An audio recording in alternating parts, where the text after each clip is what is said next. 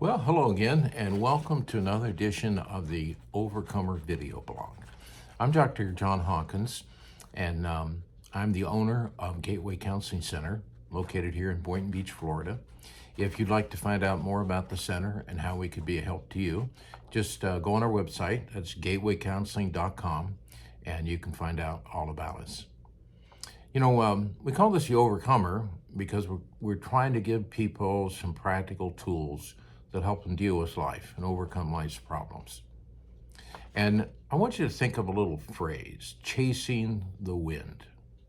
Maybe you've heard that phrase before. Maybe you know where it comes from. Maybe you don't. But today I want to talk to you on the subject, how we can use ancient wisdom to solve modern problems. That's what this video is going to be about today. And in using this ancient wisdom, it will help us avoid a life of boredom, discontent, regret, and we could probably throw burnout in there. These are all things that people are dealing with every day. And for sure, this solution won't be found in our modern culture. Constantly, I'm seeing people in my office dealing with all these kinds of things as they go through various life transitions. Chasing the wind. That's from the book of Ecclesiastes. That's a book in the Old Testament. And it's written by a man by the name of Solomon. Now think about that. Chasing the wind. I mean, you can't really catch the wind. If you did catch it, what would you do with it? It's really kind of referring to a life that's being lived without any intention, and direction. Now, Solomon was the philosopher king. At the time, he was said to be the wisest man to have ever lived. He was the son of King David, as in David and Goliath. You've probably heard of David and Goliath. He reigned during Israel's golden years. This was the zenith of Israel's power. But Solomon, as the son of David, he was replacing a legend, an empire builder, a giant killer. And he was just a young man when he was starting out. And he didn't really feel up to the task. I mean, how do you replace somebody? Those are pretty big shoes, to fill. And so he was going to come in, and God picked him over all the competition of all the rest of his family. And God made him a really neat offer. God came to him and said, okay, Solomon, ask me anything you want. I mean, that's like having, the genie in the bottle. Rub it and poof, out comes the genie. And the genie says, hey, here's 3 wishes. Ask me whatever you want. Now, if God would come to you and say, ask me whatever you want, what would you ask for? Well, you know what Solomon asked for? He didn't ask for wealth or power or fame or, eternal life. He asked for wisdom. He realized, I'm going to take over this whole empire. And I'm just a young guy, kind of, wet behind the ears. I don't know what I'm doing. I don't know how to lead all these people. So he said, God, I need you to give me wisdom so I can be a good leader, so I can do right by these people.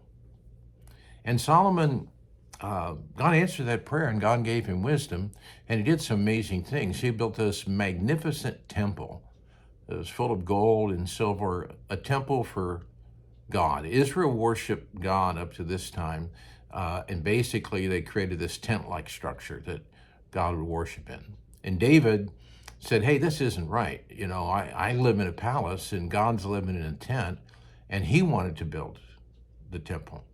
But God said, no, that's not your job. You're a man of war and blood.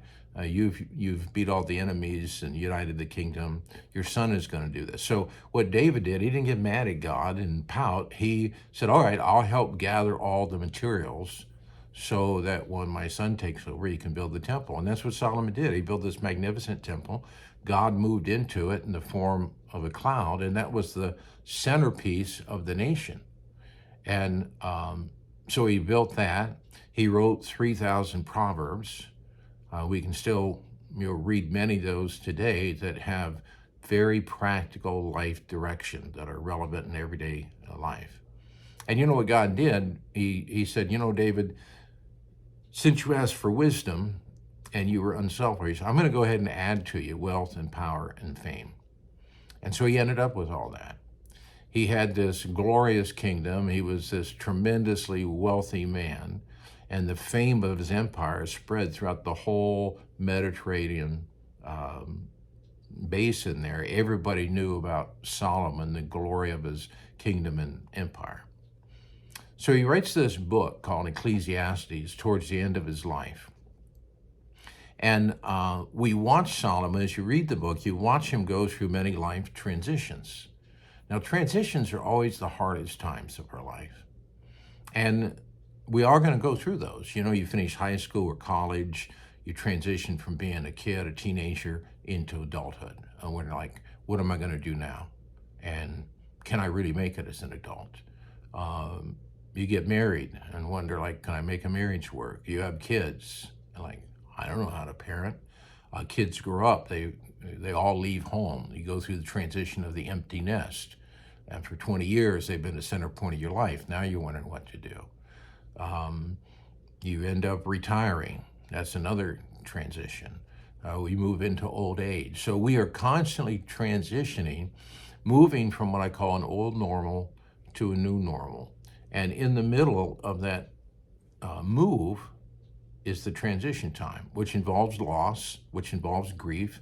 And these are the hardest times of our life because we feel up in the air, out of control. And we can make some really bad decisions in those transitions time, or we can make some, pretty good ones.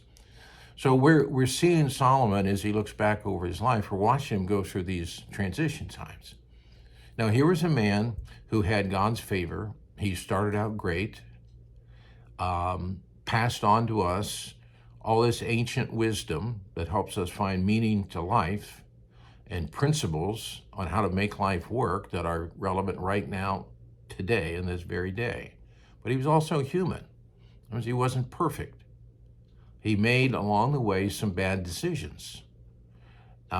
He didn't listen to his own voice at times. Sometimes we do that. We tell our kids things, and then we don't do what we're telling them to do. It's that old thing, hey, don't do what I say, or don't do what I do what I say. So I know what that's like. When you teach people, when you counsel people, been a pastor in the past, it's very easy to give out advice and to teach principles. It's another thing to actually follow them, and live them. And so all of us sometimes don't do what we know. What we know is the right thing. We kind of get away from that. So that's what he did. He made these bad decisions, and he kind of lost his way. And part of that was because he was listening more to the culture than the wisdom that he had previously taught. So in doing that, he lost his way, and he began to question everything he knew.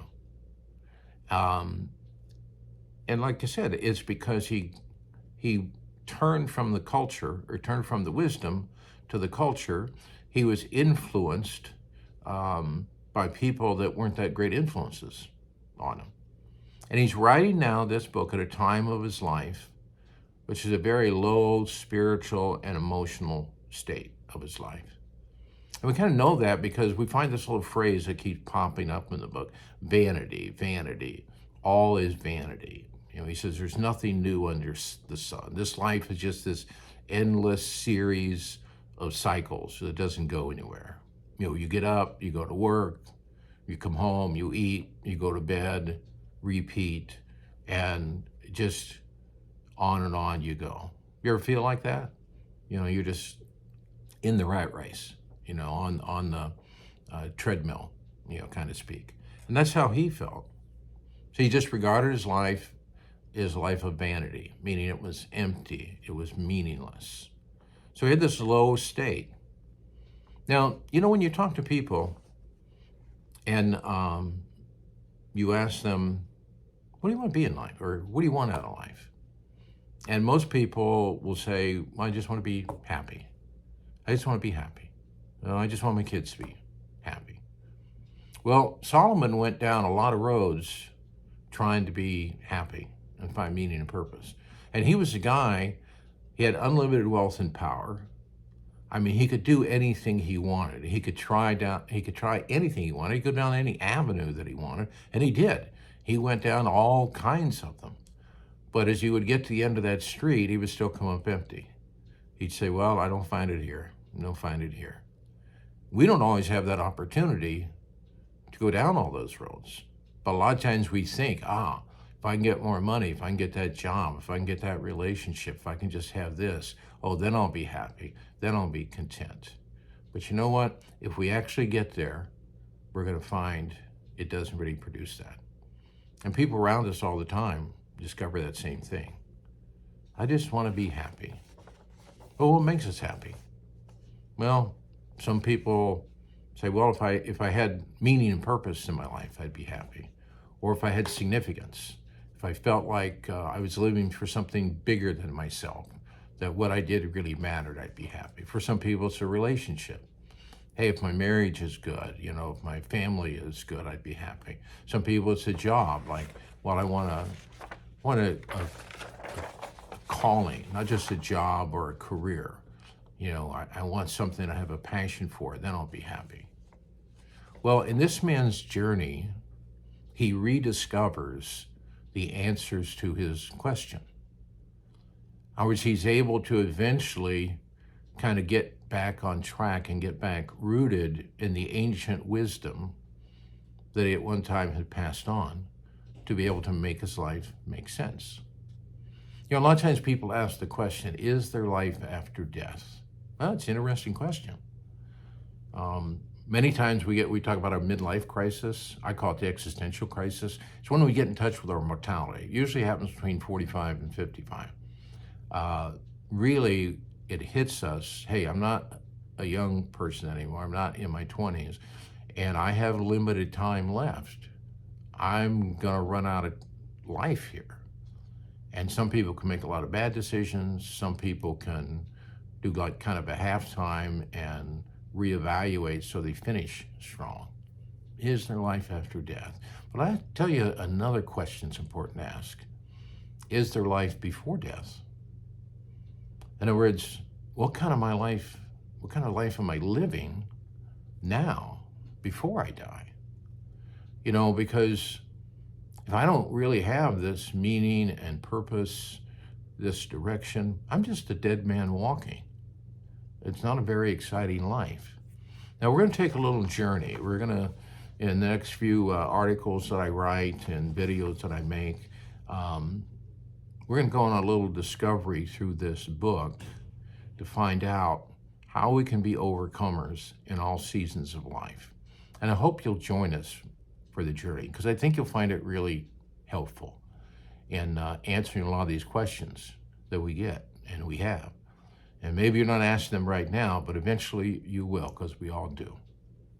So I hope to see you on the journey. Until next time, remember this, it is possible for you to be an overcomer. God bless you, and I'll see you soon. Bye now.